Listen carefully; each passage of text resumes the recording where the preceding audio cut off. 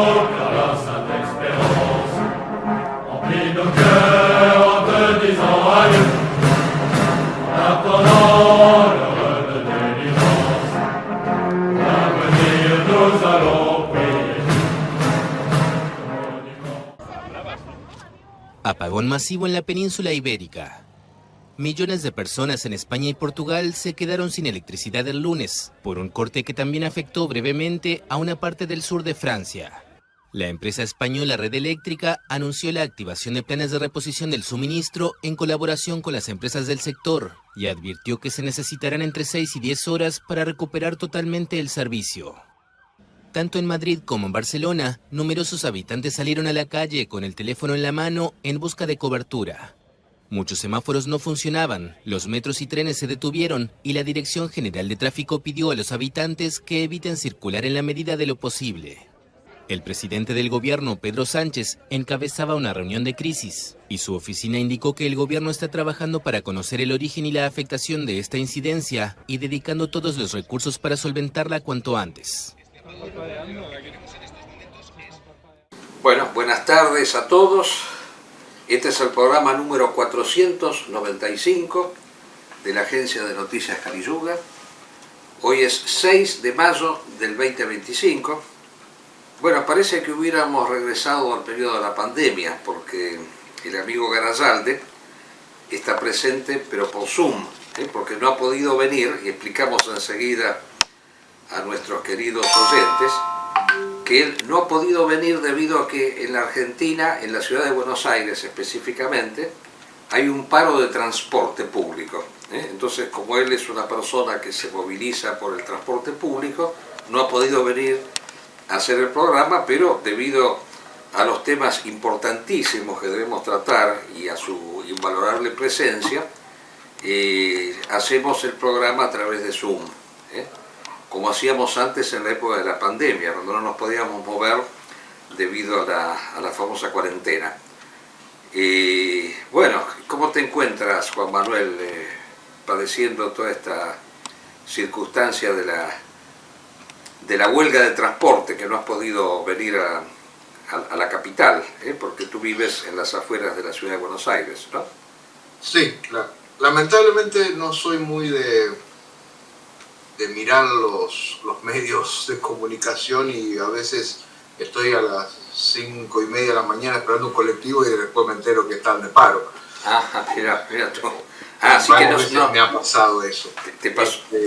Y bueno, y obviamente uno acude a una remisería y no, están todas colapsadas porque hay gente que sí escuchó las noticias del día anterior y bueno, son cosas que pasan. Y bueno, ¿qué vamos a hacer? Bueno, pero por suerte estos medios tecnológicos nos permiten estar presentes. Y bueno, hemos puesto al comienzo un pequeño videíto en donde mostramos lo que ha sucedido en el continente europeo, específicamente en España y en Portugal, un famoso apagón, por el cual durante 18 horas prácticamente toda España y todo Portugal y parte de Francia se quedaron sin luz eléctrica, sin internet, sin celulares, prácticamente volviendo a la Edad Media, ¿no? Como podríamos decir.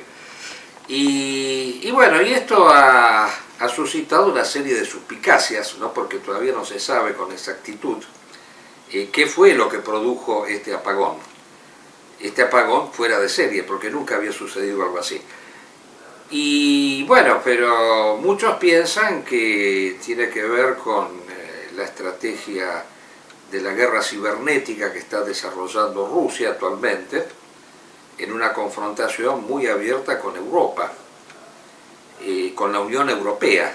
Y estos países afectados han sido países de la Unión Europea que hoy en día están en un conflicto muy grande debido a esta guerra que sucede en Ucrania y que ha suscitado distintas interpretaciones. Pero solo quiero conectar esto con otro acontecimiento, porque esto ha sucedido prácticamente en la misma fecha en la cual se cumplían los 80 años del suicidio de Adolfo Hitler. Uy, mencioné esa palabra, posiblemente reciba algún tipo de sanción, porque el señor, acá tenemos un presidente que ataca a las personas que las acusa de nazis peligrosísimos, aquellos que dicen, pronuncian la palabra Hitler. Hitler murió hace 80 años suicidado en el búnker de Berlín, momentos antes de que los rusos ingresaran a la ciudad de Berlín para tomarla y bueno, y capitular al Tercer Reich, que capituló a los pocos días debido principalmente a la desaparición de su líder. Pero hay un hecho interesante, que se acaba de publicar un libro de la persona que reconoció el cadáver de Hitler, porque fíjate tú que ha habido todo un conflicto con respecto a este tema, ¿no? Acá en la República Argentina muchas veces se decía que Hitler había venido, que estaba en la Patagonia, se han escrito libros de Hitler en la Patagonia, escondido en una estancia, que desembarcó en la parte de donde están las grutas, San Antonio Este, por allí.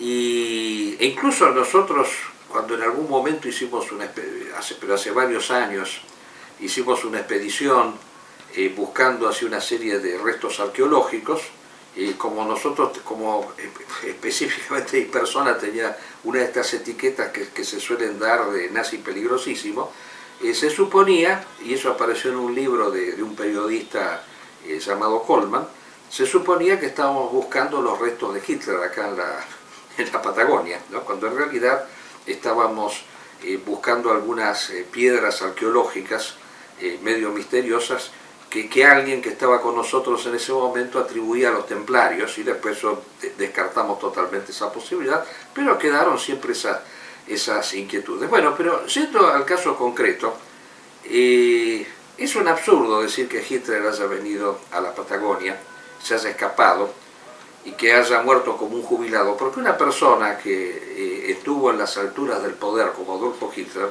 no se va a retirar de esa manera. El que tiene el afán de poder, el que ha estado en las grandes cumbres, sucumbe, no deja esa función, o sea, o muere o continúa. Y hubo, cuando los rusos ingresan a Berlín, Stalin mandó a un pequeño grupo, comando de inteligencia, para ubicarlo a Hitler. Y encontraron el cadáver incinerado. Esto es lo que se dice en el libro. Este cadáver incinerado, claro, hacía que Hitler estuviera irreconocible, así que no se podía saber si era él. Pero se detectó que la dentadura estaba intacta.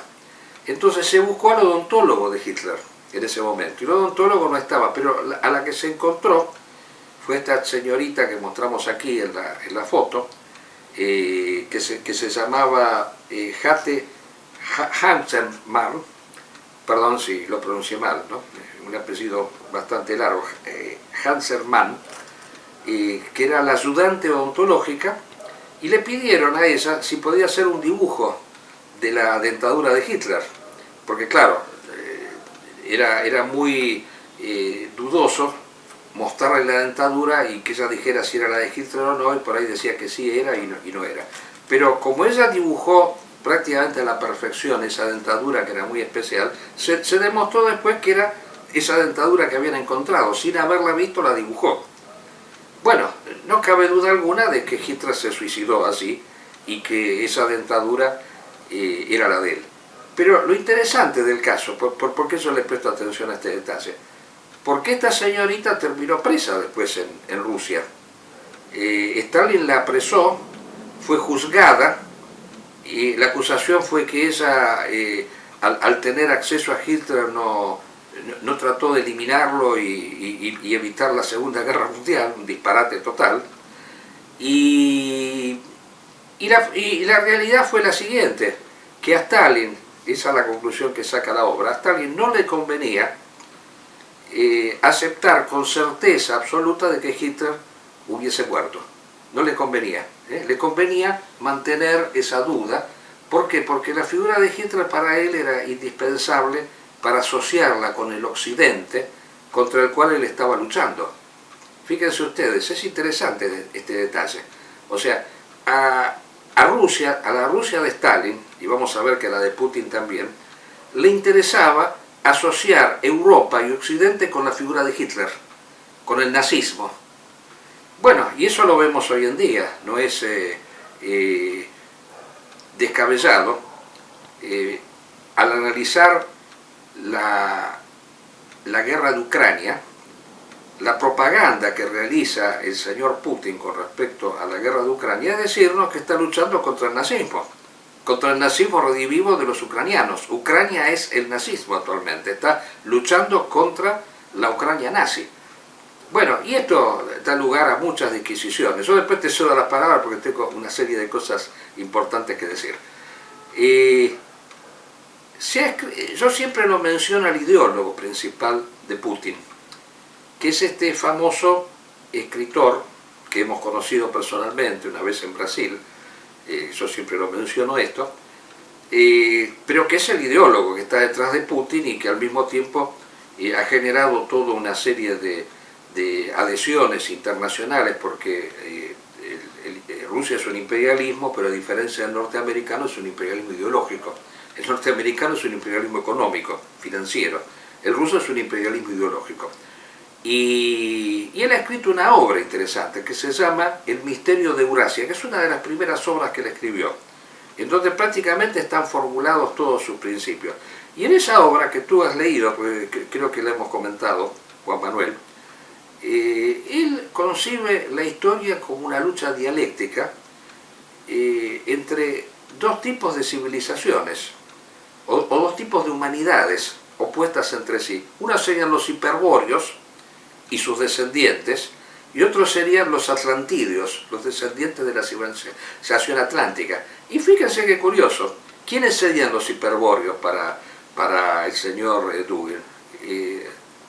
Los rusos, a lo largo de toda su historia, son los descendientes directos de la civilización hiperbórea, cuya primera manifestación él encuentra en el sector estepario mogólico de Gengis Khan, de los hunos, y después en el zarismo, y en esa obra considera que Stalin y el comunismo es como una desviación de ese principio, pero después, en obras posteriores, termina aceptando al comunismo como una continuidad de esta civilización hiperbórea que trata de extenderse a lo largo del mundo para imponer una serie de principios y de valores que primero resultan ser simplemente productos de un impulso instintivo en contra de lo que él considera el materialismo de los atlantidios.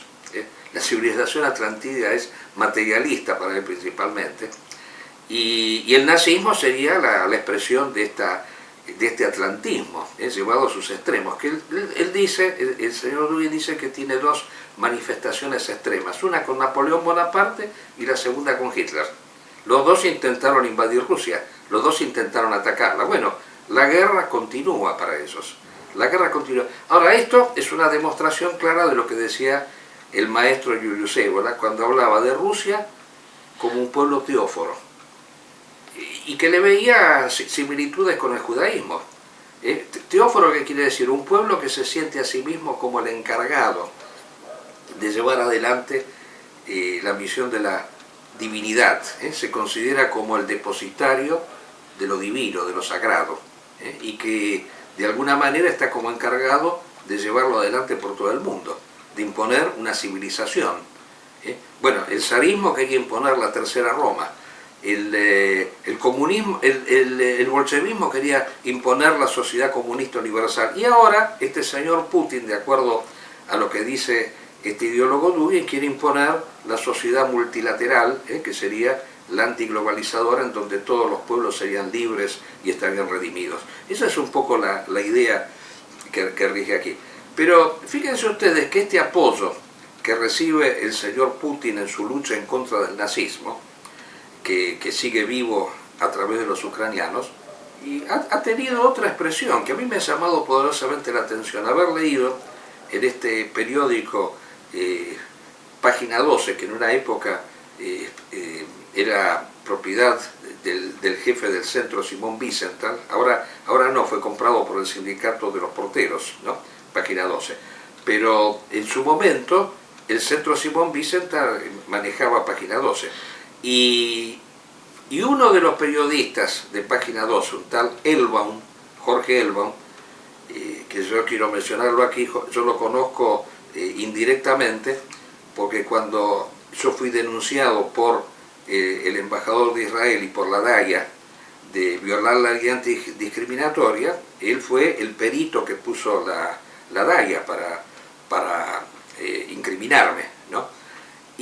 Pero es interesante que este señor Elbaum, que pertenece al sionismo abiertamente, no lo oculta porque era el perito que puso la institución sionista de la Argentina, hoy dice exactamente lo mismo que dice el señor Dugin con respecto a Rusia, que Rusia es la gran institución, la gran nación encargada de terminar con el nazismo en el mundo, y que la guerra de Rusia contra Ucrania es la guerra en contra del nazismo. O sea, es la guerra que tiene que llevar a la conclusión definitiva del nazismo, que no habría sido aún derrotado, a pesar de que Hitler no esté más vivo. Y bueno, una expresión directa de alianza estrecha entre el sionismo y este movimiento euroasiático. Son socios, están unidos entre sí. No casualmente Israel votó en contra de la condena a Rusia por la invasión a Ucrania en las Naciones Unidas. No es una casualidad eso. No es una casualidad que Netanyahu pueda viajar a Rusia sin problema, a pesar de estar condenado por el Tribunal Internacional de la Haya por crímenes, delitos de lesa humanidad, genocidio, etc. Así que hay una estrecha relación entre este señor, entre el sionismo y Rusia. Esto es algo que debemos tener en cuenta, y que evidentemente, bueno, esto que ha sucedido, si bien no está probado que hayan sido los servicios de inteligencia rusos los que llevan adelante esta guerra cibernética, Rusia interviene incluso en las elecciones, en los procesos electorales europeos, ha intervenido en Rumania, ha intervenido en Polonia, ha intervenido en los Estados Unidos, todo a través de métodos de desinformación cibernéticos, y por el cual este imperialismo continúa vivo, continúa en pie. Así que, bueno, este es un poco el panorama que yo quería mencionar, y quería agregar después algo más, pero quería dejarte a vos la palabra, porque sé que tienes mucho que decir al respecto. Bueno, realmente no demasiado, pero sí que los lectores de la obra de Dugin sí vean la gran diferencia que hay entre la primera etapa en la cual él escribe y esta segunda etapa, que es la más conocida, que es este apoyo a las campañas que está haciendo Putin contra Ucrania. Se suma a esto de que todo lo que no es ruso es nazi, que si la obra de Dugin hubiese finalizado con ese libro de Misterio de Eurasia, probablemente le hubiera sido considerado nazi, por la forma en cual escribe, porque se vale de elementos ideológicos, míticos, que utilizó también el nacionalsocialismo. Exacto. Y sabemos perfectamente que la bandera nacional bolchevique, que en su momento tenía Dugin, era simplemente reemplazar la esvástica por el martillo y la hoz. Entonces había algo por debajo, además de toda su fanatismo por la geopolítica alemana, de Karl Kaushofer, Carl Schmitt, porque él no habla de tradición y modernidad, habla Atlante, justamente del atlantismo, y habla justamente de los que dominan la tierra. Entonces cambia esas categorías de ébola por estas de Carl Schmitt. Que Carl Schmitt, sabemos, fue el cientista político del Tercer Reich. Más allá que después apenas estuvo preso y ese tipo de cosas, pero lo fue. El creador del Führer al principio, el creador de la persona que dijo que ante situaciones extremas había que delegar todo el poder a una autoridad. que la misma constitución del Weimar tenía un botón de autodestrucción con el cual surgía una autoridad con todo el poder, que fue el caso de Hindenburg. O sea, Dugin le gustaba todo eso, pero bueno, después apareció el oportunismo político. Y la idea del pueblo elegido es una idea que también está en el nacionalsocialismo, porque el pueblo alemán, el pueblo ario, es el pueblo elegido, es el pueblo creador de civilización. Lebensraum, creo que es. ¿Cómo? Creo que la palabra Lebensraum, o sea, exacto. El espacio vital. El espacio vital. Espacio vital. Los alemanes. Exacto. Y en el caso de Dugin, bueno, no es el pueblo alemán, sino que es el pueblo ruso. Exacto. Y en el caso del judío, es el pueblo judío el encargado de ratificar la humanidad. O sea, siempre hay una actitud descalificativa hacia otros pueblos, supremacista principalmente, racista. Exacto. Y bueno, y yo quería agregar algo más con respecto a este tema. No sé si querés, te falta decir algo, ¿no? Yo quiero agregar este detalle curioso, ¿no? Porque quiero volver al tema de este señor Ellbaum, que fue el perito, él es sociólogo, ¿no?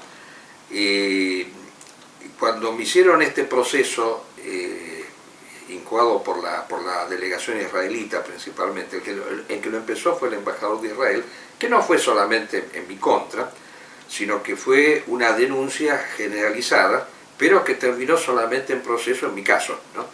Los demás se pudieron salvar, Caponeto, que dirigía la revista Memoria en ese momento, después fue Cabildo, Patria Argentina, dirigida por Ibarguren, la librería Wamul, que fue imputada por vender Milucha de Hitler, y bueno, y yo como director del Fortín, que fui procesado, y fue curioso, ¿no? Porque el señor Ellbaum, cuando hace su peritaje, estaba también acompañado de una especialista en nazismo, que era una licenciada, creo que Goldenberg se llamaba, también tenía un apellido judío, y presentada por la DAIA, ¿no? Y esta señora hizo todo un estudio interesante, ¿no?, sobre lo que consideraba que podía ser discriminatorio, y dijo textualmente que el libro Mi Lucha, si era editado en ediciones costosas, no era, o sea, editarlo no significaba un delito, debido a que toda persona puede tener una finalidad académica y para conocer el nazismo necesita leer la obra Mi Lucha. Así que por lo tanto la librería Wemul, con ese dictamen se salvaba de esa imputación. Bueno, yo no me salvé porque fíjense ustedes que el señor Ellbaum, que fue el que analizó la publicación del Fortín, encontró que yo dije que durante el nazismo murieron algunos judíos. Bueno, entonces él dijo que utilizar la palabra alguno es una palabra que banaliza el holocausto. Yo manifestaba, bueno, no murieron todos los judíos, murieron algunos, evidentemente, aunque hayan sido muchos, pero siempre son algunos. Bueno, el juez, el fiscal, mejor dicho, que era este famoso personaje Stornelli, que ahora imputa a la dirigente trotskista Viviana Biasi, que mencionamos la vez pasada, nombró también dos peritos que eran de la cátedra Che Guevara. Gracioso esto, ¿no? O sea, tremendamente imparciales. Y uno de ellos era judío, que se llamaba Cohen. Y Cohen dice, sí, lo analicé, pero no puedo decir que haya discriminación, lo que hay es prejuicio, ¿no? Es gracioso esto. Bueno, un prejuicio es una, digamos así, una falencia subjetiva. La ley no juzga los actos, el único que juzga las intenciones de las personas es Dios, no la justicia. Porque sería lo mismo que inculpar a alguien por ser envidioso, por ejemplo. La envidia es un sentimiento subjetivo, bueno, el prejuicio también. Así que evidentemente eso no era un delito, sino que fue algo inventado totalmente. Bueno, pero por suerte la causa no prosperó por cuestiones puramente formales, ¿no? Aunque tendría que haberse rechazado por los argumentos ridículos que se dieron. Pero yo quería mencionarlo acá al señor Ellbaum, porque Al poco tiempo de esta circunstancia, yo fui a España, ¿no? Y justo me encontré con la circunstancia de que una persona a la cual yo conocía, que me había invitado a veces a dar conferencias, un librero, editor de libros, Pedro Varela, que tú lo has conocido, ¿no, Juan Manuel? A Pedro Varela. Bueno, Pedro Varela, la época que yo fui a España, estaba preso. Y justamente estaba preso por haber editado la obra Mi Lucha. Qué curioso eso. Entonces, yo lo fui a ver a la prisión especialmente, al señor Varela, cuando fui a España, ahí en Barcelona. Fue la primera vez que visité una prisión y espero que sea la última, por supuesto.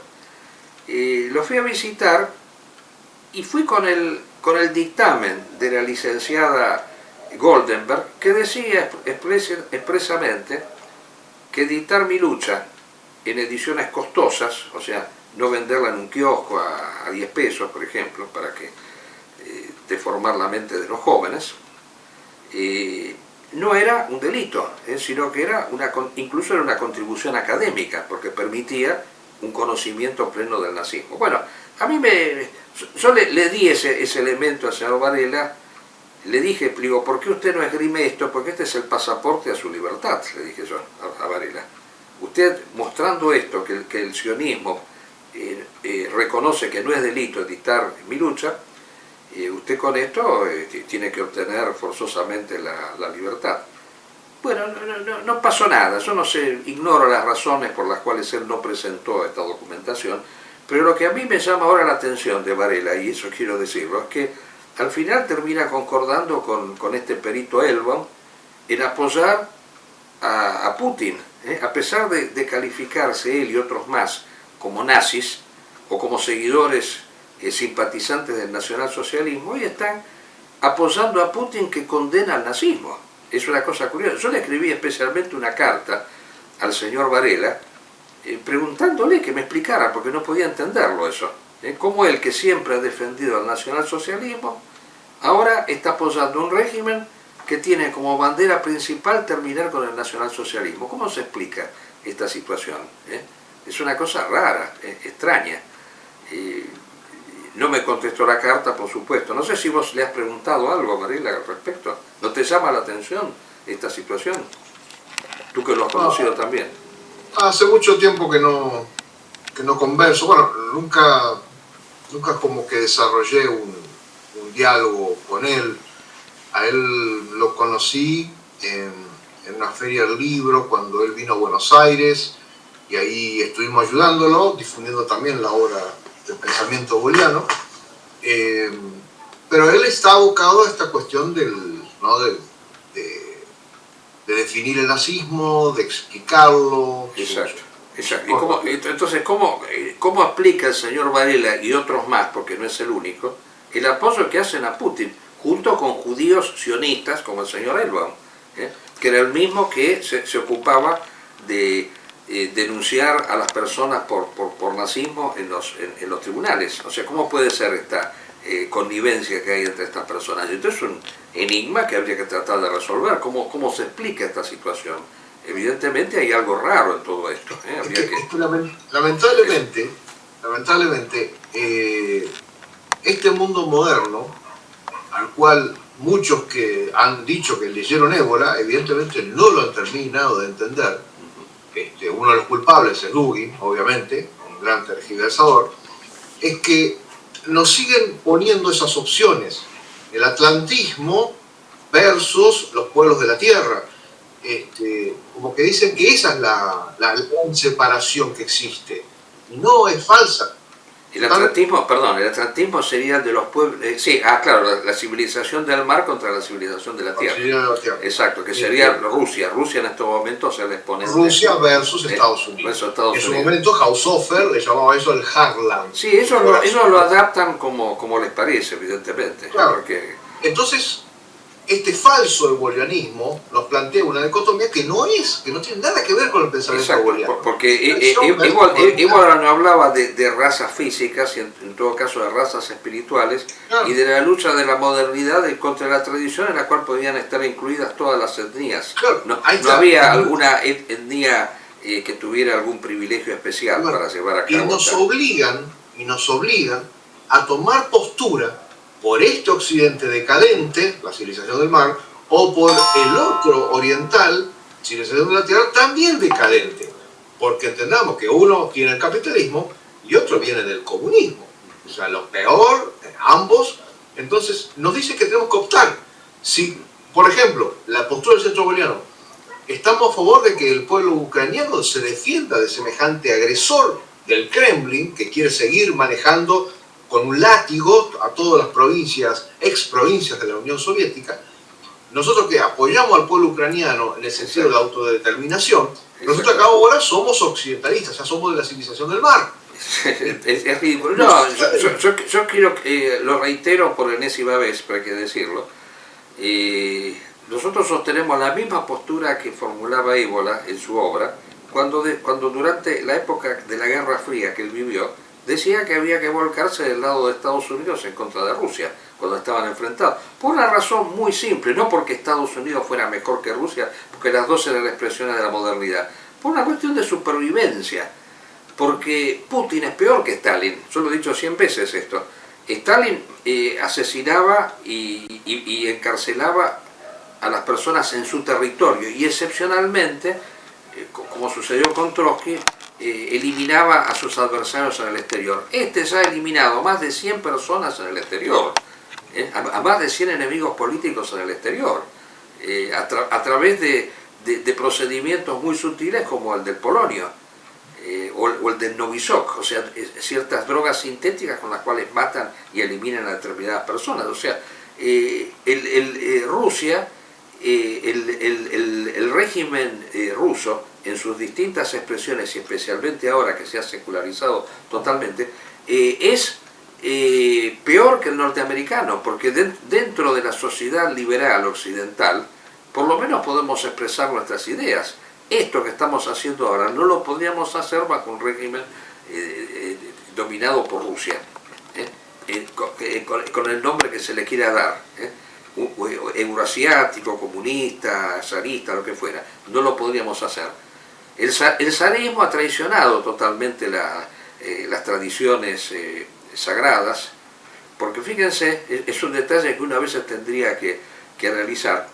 El zarismo se alió con los regímenes masónicos en la Primera Guerra Mundial para enfrentar a imperios tradicionales como el austrohúngaro, por ejemplo, y el otomano. Todo en función de un interés puramente étnico, nacionalista. Para el tradicionalismo lo que valen son los principios, no las etnias. Lo principal son los principios. Nuestra patria es la idea, decía el maestro Évola, y eso es lo que nosotros sostenemos. Bueno, yo creo que hemos dicho un montón de esto como para haberle dedicado todo el programa.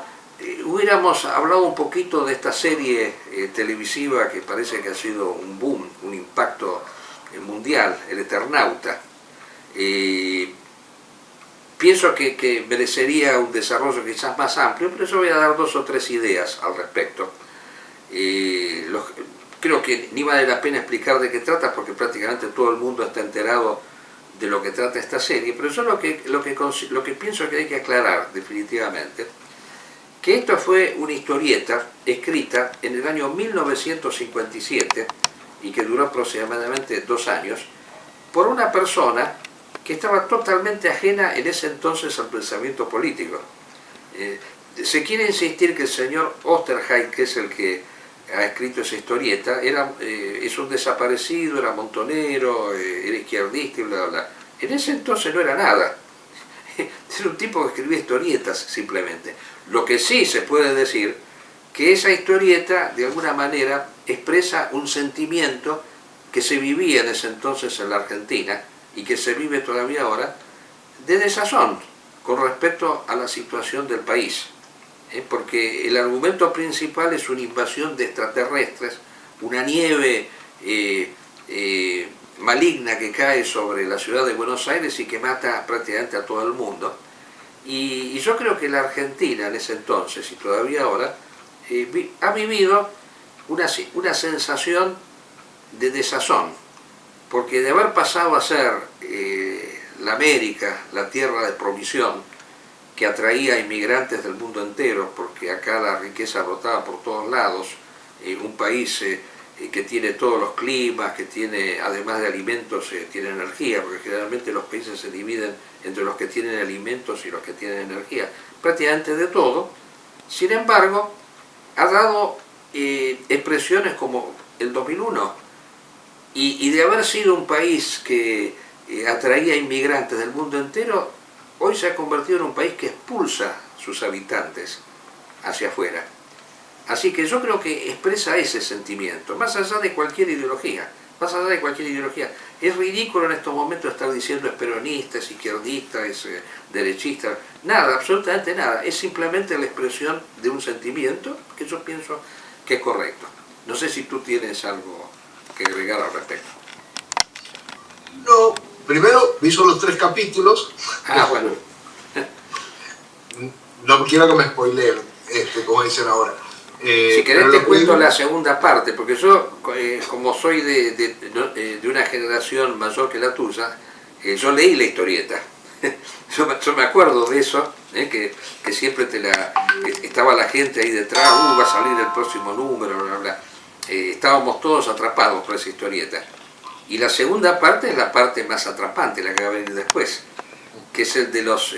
yo no me acuerdo el nombre que les daban, pero era un conjunto de personas que eran cooptadas por estos extraterrestres y que se convertían en sus emisarios. Los hombres robots. Los hombres robots que les ponían un clavo en la nuca, y que bueno, había que detectarlo de esa manera, había que revisar si el que tenía el clavo puesto, y que eran tipos que actuaban a favor de los extraterrestres. Bueno, yo pienso que, no sé si el señor Oster se dio cuenta, pero anticipó lo que es la democracia, porque prácticamente el pueblo que vota es un pueblo robot, es un pueblo que vota totalmente dirigido, no vamos a decir extraterrestres, pero las personas que tienen el dinero y que manejan las finanzas del planeta. Así que esa es la segunda parte que te anticipo, así que me anticipé del todo. O sea.